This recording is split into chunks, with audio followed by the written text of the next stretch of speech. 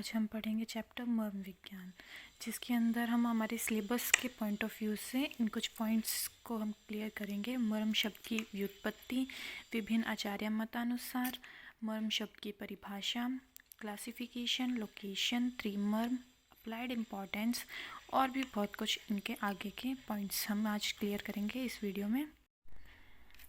मर्म विज्ञान, तो हमारा सबसे पहला पॉइंट है मर्म शब्द की व्युत्पत्ति। मर्म शब्द का अर्थ जीव स्थान है, which is also called vital parts of body, weak vital parts of body. ऐसे पार्ट्स जो वीक होते हैं बॉडी के अंदर, जिनके लगने पे, जिनके कुछ घात होने से मृत्यु होने के आसार बढ़ जाते हैं। अब हम इसमें पढ़ेंगे अगला पॉइंट, विभिन्न आचार्य मतानुसार, जिसमें अलग अलग आचार्यों ने अपनी अपनी अलग अलग परिभाषाएं दी हैं मर्म पे।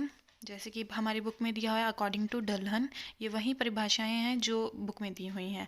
अकॉर्डिंग टू डल्हन, मार्यंतिति मर्माणी, अर्थात शरीर के वे स्थान जहां आघात या चोट के कारण मृत्यु हो जाए, मर्म कहलाते हैं। इसका भी वही अर्थ है जो ऊपर की बात में दिया हुआ है मर्म शब्द की अर्थ में, कि ऐसे हमारे स्थान, मतलब हमारे बॉडी के अंदर ऐसे पार्ट्स जहाँ पे कोई चोट लगने से मृत्यु हो सकती है, वो मर्म कहलाते हैं। नेक्स्ट है अकॉर्डिंग टू वाग्भट, अपिच मरणकारित्वान मर्म, अर्थात व्यवहार में शरीर के ऐसे सभी स्थान जिन पर आघात होने से मृत्यु हो जाए अथवा मृत्यु की संभावना हो, वे मर्म कहलाते हैं। नेक्स्ट है मर्म की परिभाषा, जो कि है सुश्रुत के अनुसार, और यह इम्पॉर्टेंट है। मर्माणि नाम मा शिरा स्नायु अस्ति संधि सन्निपातः तेषु स्वभावत एव विशेषण प्राणाः तिष्ठन्ति, जो अर्थात जो मांस शिरा स्नायु अस्थि व संधि के सन्निपात से बना हो और जिसमें प्राण हो, वह मर्म है। इस परिभाषा का अर्थ है कि मांस शिरा स्नायु अस्थि और संधि के सन्निपात से जो बना हो और जिसमें प्राण हो, वह मर्म कहलाता है। क्योंकि अस्थि, मांस शिरा स्नायु अस्थि संधि के सन्निपात से तो कैडेवर भी होता है, पर कैडेवर के अंदर प्राण नहीं होते, तो वो मर्म नहीं कहलाएगा। और उसके बाद है हमारे प्राण की परिभाषा, अग्नि सोमो वायु सत्वम रजस तमः पंच इंद्रियाणि भूतात्म इति प्राणः, जिसका मतलब है पांच महाभूत अग्नि, सोम, वायु, सत्व, रजतम, यानी कि त्रिदोष, त्रिधातु, रस, सबका जो आत्म है, सबका संयोग होता है, वह प्राण कहलाते हैं। नेक्स्ट है क्लासिफिकेशन। मर्म की क्लासिफिकेशन 6 पार्ट्स में डिवाइडेड की हुई है, रचना के अनुसार, षडंग के अनुसार, परिणाम के अनुसार, परिमाण के अनुसार, पंच महाभूत के अनुसार। इन छः के पार्ट के अंदर हर एक पार्ट का टोटल 107 ही होगा, इसलिए टोटल संख्या मर्म की 107 है। चाहे वह रचना के अनुसार हो, चाहे वो षडंग के अनुसार हो, चाहे परिणाम के अनुसार हो, या फिर परिमाण के अनुसार हो, पर इनकी टोटल संख्या 107 ही है। जैसे कि रचना के अनुसार, मांस शिरा स्नायु अस्थि संधि, मांस की संख्या है 11, शिरा की है 41, स्नायु की है 27, अस्थि की 8 और संधि की है 20। और इन्हें हमें सारी वैल्यूज़ को याद करना होगा, क्योंकि इनके आगे नाम भी हैं कि मास के अंदर कौन कौन से पोजीशंस आती हैं, शिरा के अंदर क्या क्या आता है ये। फिर है षडंग के अनुसार। षडंग के अनुसार शाखा हमने हमारी अपर लिम्ब और लोअर लिम्ब दोनों को कंबाइन करके लिया है, पर शाखा के अंदर 11 होती हैं और अपर लिम्ब और लोअर लिम्ब मिला के 4, तो 44 इक्वल्स टू 44 हो गया। मध्य शरीर, उदर और उरह और पृष्ठ 2 के भाग के अंदर डिवाइड किया गया है। उदर और उरह, इन्हें भी हम आगे डिवाइड कर सकते हैं। उदर के अंदर 3 होती हैं और उरह के अंदर 9 होती हैं, जिनको मिला के 12 है। पृष्ठ के अंदर 14 होती हैं और उर्ध्व जत्रुगत के अंदर 37 होती हैं। है परिणाम के अनुसार। परिणाम के अनुसार के अंदर है सद्य प्राणहर, कालांतर प्राणहर, विशल्यघन, विकल्यकर और उजाकर। सद्य प्राणहर की संख्या है 19, कालांतर की है 33, विशल्यघन की है 3, विकल्यकर की है 44 और उजाकर की है 8। पंचमहाभूत का डिवाइडेशन जो है वो परिणाम के अनुसार में है। सद्य प्राणहर के अंदर अग्नि पंचमहाभूत होती हैं, कालांतर प्राणहर के अंदर अग्नि प्लस जल होते हैं, विशल्य घन के अंदर वायु, विकल्यकर के अंदर जल और उजागर के अंदर वात और अग्नि। मर्म चैप्टर के अंदर मेनली इम्पॉर्टेंट परिणाम हैं, ये बहुत ही इम्पॉर्टेंट है। जैसे कि इनके अंदर डेफिनेशंस आ सकती हैं, सद्य प्राणहर की डेफिनेशन, कालांतर की, विशल्य घन की, विकल्यकर की और उजागर की, जिन्हें हम आगे बढ़ेंगे हर एक को अलग अलग में कि सद्य प्राणहर क्या होता है, कालांतर प्राणहर क्या होता है, इन सबको हम आगे पढ़ेंगे। फिर है फिफ्थ परिमाण के अनुसार।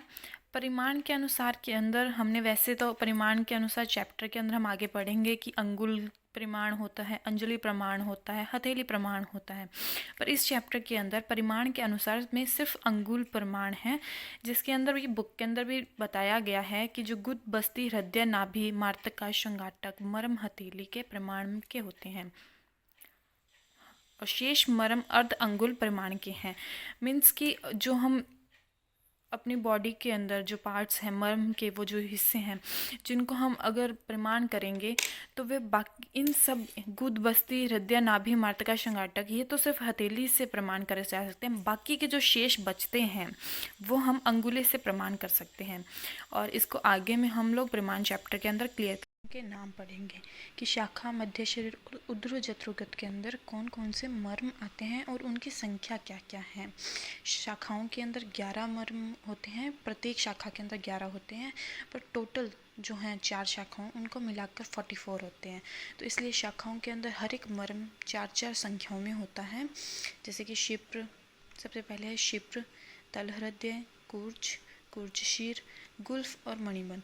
मणिबंध होता है रिस्ट जॉइंट और गुल्फ होता है एंकल जॉइंट। इंद्रबस्ती, जानू, कुरपर। कुरपर होता है एल्बो जॉइंट और जानू होता है नी जॉइंट। आणी, उर्वी, लोहिताक्ष, विटप, कक्षधर। विटप, कक्षधर ये होते हैं शोल्डर जॉइंट और हमारा हिप जॉइंट के बीच का जो पार्ट होता है वो। अब इनके पोजीशन, शिप्रमर्म होता है हमारे अंगुष्ठ और अंगुली के मध्य में, फर्स्ट और सेकंड डिजिट के बीच में प्रेजेंट होता है शिप्र। तल हृदय हथेली के मध्य में या पाँव के तले के मध्य में प्रेजेंट होता है।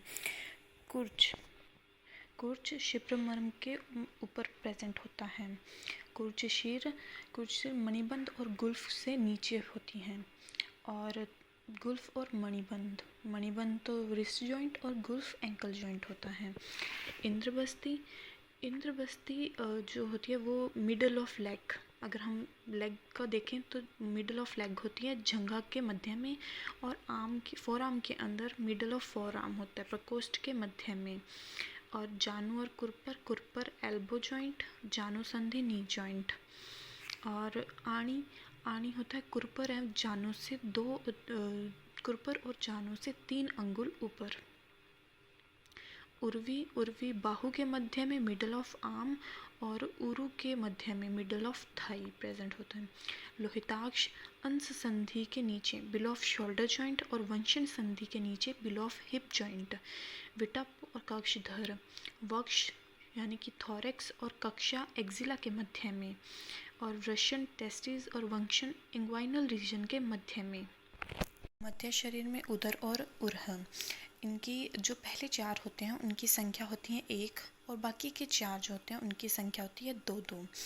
तो सबसे पहले है गुद की संख्या 1 ही होती है, हमारे शरीर में एक ही गुद प्रेजेंट होता है और उसका स्थान होता है गुद्वार एवं गुद नलिका, एनस या एनल कैनाल। फिर है बस्ती मूत्राशय यूरिनरी ब्लैडर। नाभि हमारा आमाशय तथा पक्वाशय के मध्य में। हृदय दोनों स्तनों के मध्य में, मिडल मीडियस्टाइनम। स्तनमूल दोनों स्तनों के 2 अंगुल नीचे। स्तन रोहित स्तन चूचकों निपल्स के 2 अंगुल ऊपर। अपलाप अंस्कुटों एक्रोमियन प्रोसेस के नीचे पार्श्वों के ऊपरी भाग में। अपस्तंभ वक्ष के दोनों ओर वातवाही नाड़ियों कंठ नाड़ी ट्रैकिया के स्थान पर। पृष्ठ के अंदर होते हैं कटिक तरुण, कुकुंदर, नितंब, पार्श्व संधि, बृहति, अंशफलक अंश, इनकी संख्या 2-2 होती हैं। कटिक तरुण का स्थान होता है पृष्ठवंश वर्टेब्रल कॉलम्स के दोनों ओर श्रोणी कांड के अंदर। कुकुंदर पृष्ठवंश के दोनों ओर झगना अस्थि प्यूबिस के पार्श्व में। नितंब की स्थान होता है श्रोणी कांड के ऊपर पार्श्व पार्श्व संधि झग्न पार्श्वों के मध्य में, झग्न से तिरछा व ऊपर की ओर। बृहति पृष्ठवंश के दोनों और स्तनमूल की दिशा में पीछे। अंशफलक पृष्ठवंश के दोनों ओर त्रिक के संबंध। और अंश बाहु शिर और ग्रीवा के मध्य में, अंश पीठ और कंधे को बांधने वाले स्थान पर। अब है सिर और ग्रीवा यानी कि ऊर्ध्व चतुर्गत के अंदर। ऊर्ध्व चतुर्गत के अंदर है धमनी, नीला व मन्या, मात्रका, कर्काटिका, विधुर, फण, अपांग, आर्तव, उत्क्षेप, शंख, सीमंत, श्रृंगाटक, स्थमनी और अधिपति। इनकी संख्या इनके आगे आगे लिखी हुई है कि कौन सी कहाँ कहाँ है। अब है इनका स्थान। धमनी, नीला व मन्या, इनका स्थान होता है कंठनाड़ी, ट्रैकिया के दोनों ओर।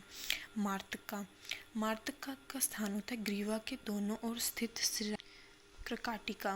कर्काटिका का स्थान होता है सिर और ग्रीवा की संधि पर। विधुर का स्थान होता है कर्ण के पीछे अधः ओर। फण का स्थान होता है घ्राण मार्ग के दोनों ओर भीतर। अपांग का स्थान होता है आईलैशेस के अंत में नीचे, आंखों के बाहर की ओर। आर्तव का स्थान होता है भूपक्षों के अंत में, ऊपर ही निम्न भागों में। उत्क्षेप का स्थान होता है शंख के ऊपर, केश समाप्त होने के स्थान पर। शंख भूपक्षों के सिरों के ऊपर, कर्ण और मस्तक के बीच में। सीमंत का स्थान होता है सिर का विभाजन करने वाली 5 संधियों के स्थान पर।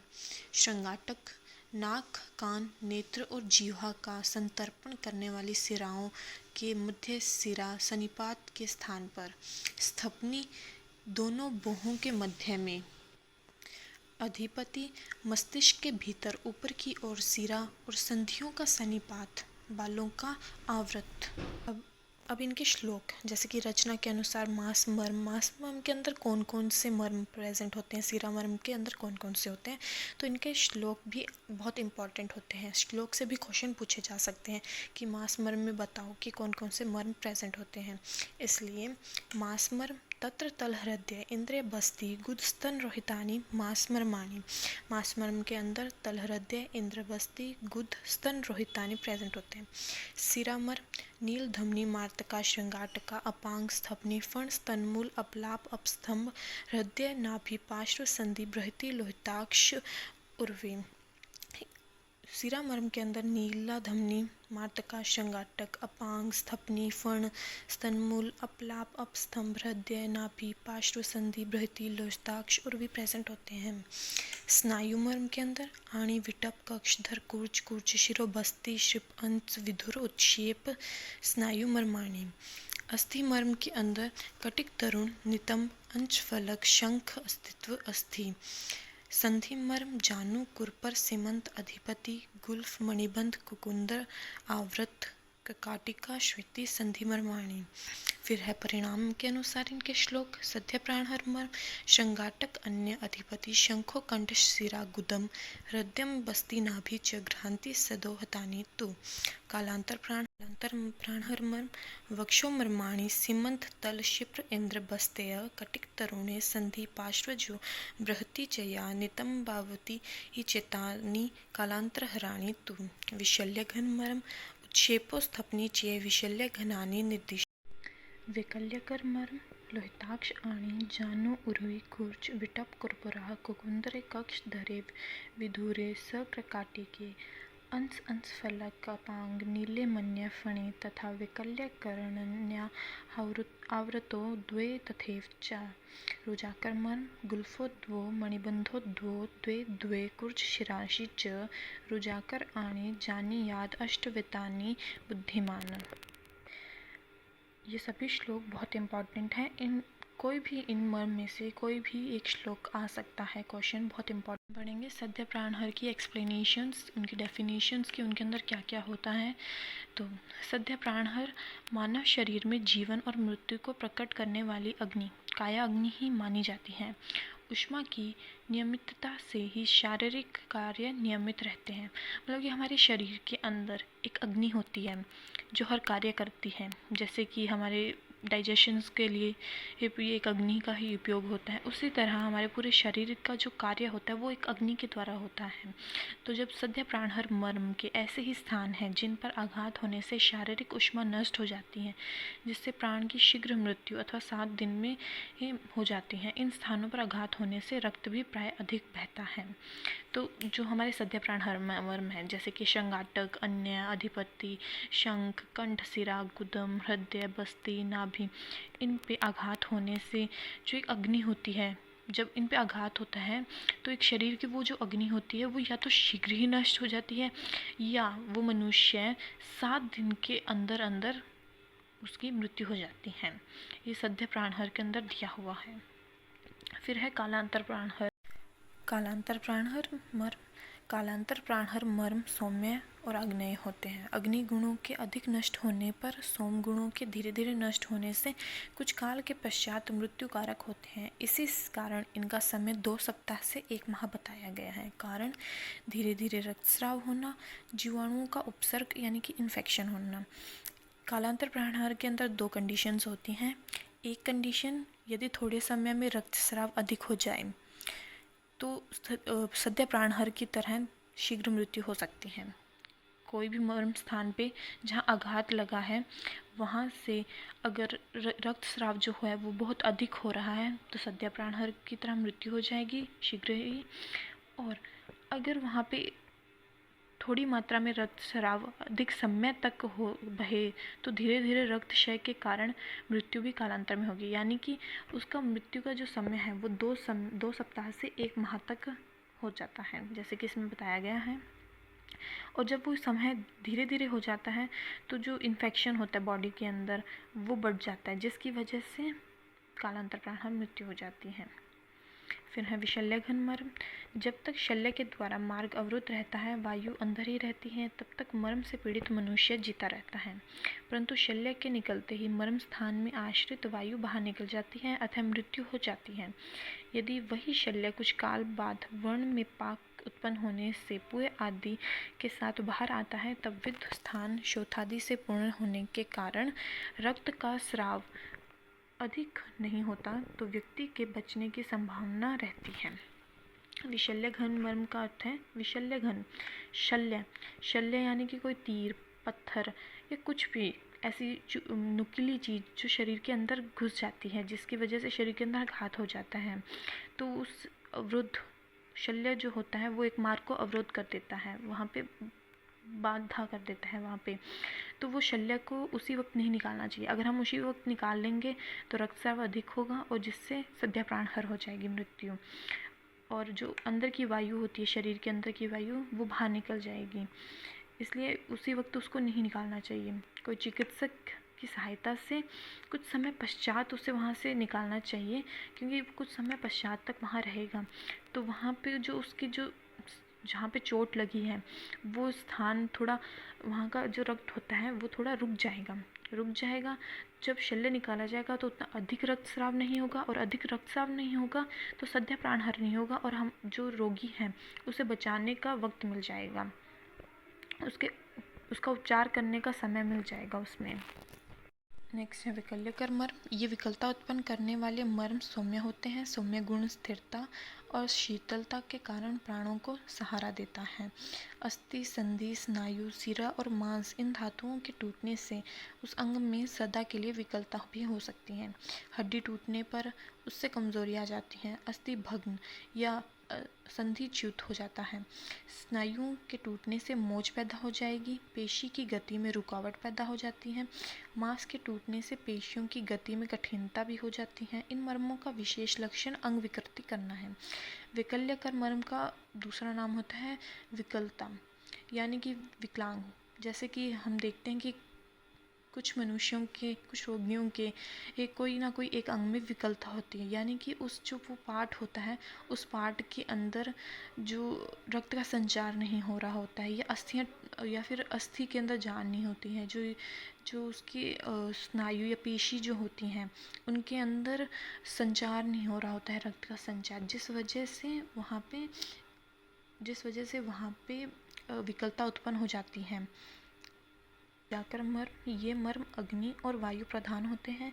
दोनों ही विशेषकर रुजा अर्थात पीड़ा उत्पन्न करने वाले होते हैं। इन मर्मों में यदि कुछ भी न हो तो कम से कम पीड़ा तो अवश्य होती है। हमने कभी कभार घर में सुना होगा कि जब पुरानी चोट, कुछ बहुत सालों पुरानी चोट कभी लगी हुई होती है, उसका भी कभी कभी हमें जॉइंट्स में पेन होता है कईयों के। तो उस जो बहुत सालों पहले चोट लगी थी उसका आज तक भी पेन होना रुजाकर मर्म होता है।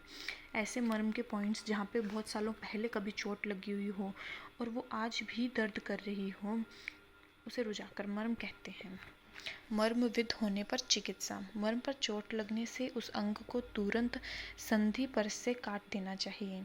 यानी कि ऐसी कोई जगह जहाँ से चोट लगी हुई हो और वहाँ से मतलब बहुत ज़्यादा रक्तस्राव हो रहा होता है, ताकि वो और ज़्यादा आगे इन्फेक्शन या फिर कहीं इन्फेक्शन हुआ होता है तो वो आगे बॉडी के अंदर ना फैल जाए, इसलिए उस स्थान को काट देना चाहिए। इससे काटने के कारण सिराएं संकुचित हो जाती हैं, सिराएं सिकुड़ जाती हैं, जिससे अधिक रक्तस्राव नहीं होता। रक्त के रुक जाने से प्राणियों का जीवन बचाया जा सकता है। यही कि कोई भी ऐसी जगह जहाँ पे मर्म जहाँ पे चोट लगी हुई होती है, उस चोट लगी हुई स्थान को थोड़ा सा काट देना चाहिए, जिससे वो जो सिराएं होती हैं वो संकुचित हो जाती हैं। संकुचित होने से अधिक रक्तस्राव नहीं होता और सद्य प्राणहर मृत्यु तो नहीं होगी उससे, और हमें चिकित्सा करने के लिए कुछ समय मिल जाएगा, युक्ति में करने के लिए समय मिल जाएगा। नेक्स्ट टॉपिक है त्रिमर्म। शारीर स्थान में 107 मर्मों का वर्णन किया गया है। उनमें बस्ती, हृदय और सिर ये प्रधान रूप से प्राण का आश्रय है। मतलब हमारे पूरे शरीर के अंदर 107 मर्मों का वर्णन किया, जो हम लोगों ने पीछे पढ़े हैं 107 मर्म। वो 7 मर्म तो हमारे शरीर में है ही, जिनका हमें ध्यान रखना चाहिए चोट लगने से।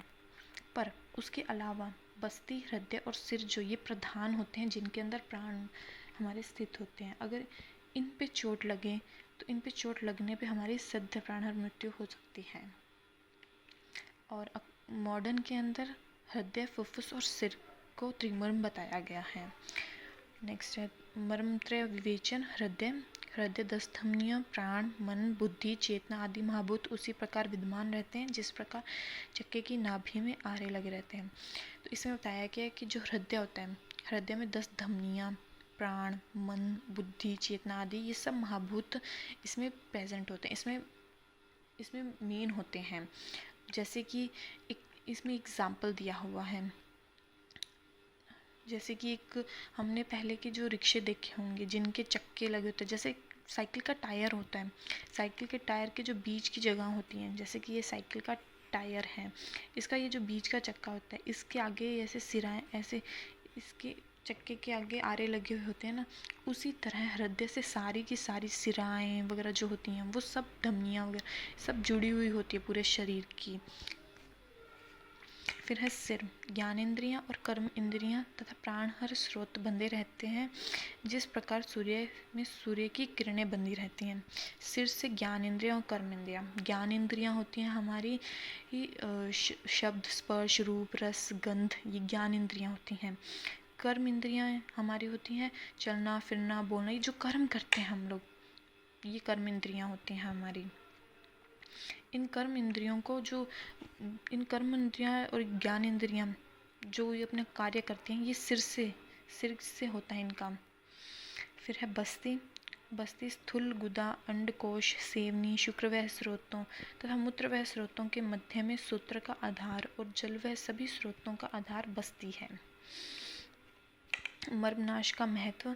इन तीनों मर्मों में से एक का भी नाश होने से शरीर का भी नाश हो जाता है, क्योंकि आश्रय के नाश होने पर आश्रित का भी नाश हो जाता है। जैसे कि हृदय है, हृदय में 10 धमनियाँ, प्राण, मन, बुद्धि, चेतना आदि महाभूत ये सब इससे ही विद्यमान है, इसी से ही जुड़े हुए होते हैं। अगर हृदय के आघात होगा तो ये 10 धमनियाँ, प्राण, मन, बुद्धि, चेतना, इन पे भी इफेक्ट पड़ेगा और इनका कार्य रुक जाएगा, जिस वजह से शरीर नष्ट हो जाएगा, शरीर का कार्य रुक जाएगा। फिर है त्रिमर्म आघात के लक्षण। हृदय, सिर, बस्ती। हृदय का काश, श्वास, कंठ सूखना, जीवा का बाहर की ओर आना, संज्ञानाश आदि। काश, श्वास, कंठ सूखना यानी कि सांस, खांसी होना, जीवा बाहर आ जाती है, संज्ञा का नाश, यानी कि कोई भी कार्य वगैरह होते हैं करने की क्षमता नहीं रहती। सिर, नेत्र में भ्रम, मोह, सिर में वेदना, संज्ञा नाश, स्वर भेद, मुख का टेढ़ा होना आदि।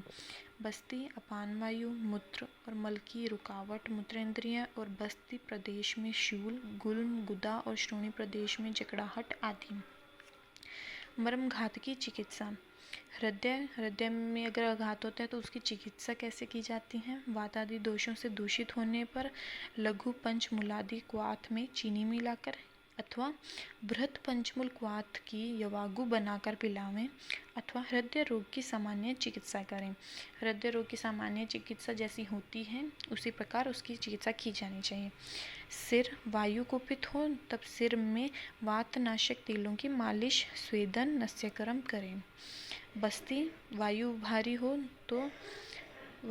हो तो कुंभी स्वेद, फलवर्तियों का प्रयोग अथवा गोमूत्र से निर्भर बस्ती देनी चाहिए। मर्म चैप्टर कंप्लीट होता है यहाँ पे। बाकी इसके अंदर हर एक की पोजीशंस वगैरह ये बुक में दिया हुआ है। बुक के नोट्स अगर हम ध्यान से पढ़ेंगे तो उसके अंदर सब कुछ दिया हुआ है, और इनके फ़ोटोज़ वगैरह मैं शेयर कर दूँगी इसके बाद में। और अगर कोई भी डाउट हो तो आप मुझे कमेंट सेक्शन में बता सकते हैं। मैंने वैसे हर एक पॉइंट को कर दिया है इसके अंदर कंप्लीट, बट आपको लगता है कि कोई पॉइंट में से रह गया हो तो आप प्लीज़ मुझे कमेंट सेक्शन में ज़रूर बताएं कि कौन सा पॉइंट मुझसे मिस आउट हो गया है। मैं उसे ज़रूर अगली वीडियो के अंदर ज़रूर डालूँगी।